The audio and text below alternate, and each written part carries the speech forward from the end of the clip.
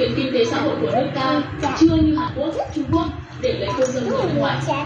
Dĩ nhiên, lập luận này không mang tính tuyệt đối, vẫn có những cặp đôi chồng Việt vợ ngoại. Tuy nhiên, chúng ta đang nói đến số đông.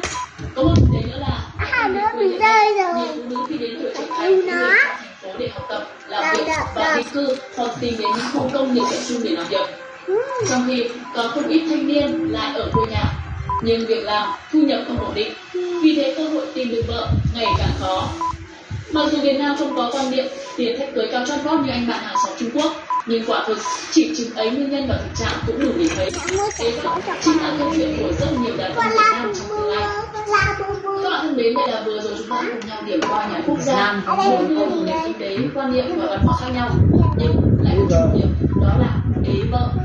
Đàn ông ở các quốc gia này gặp phải rất nhiều trở ngại, nhưng vẫn không xa xỉ với mong ước hôn nhân để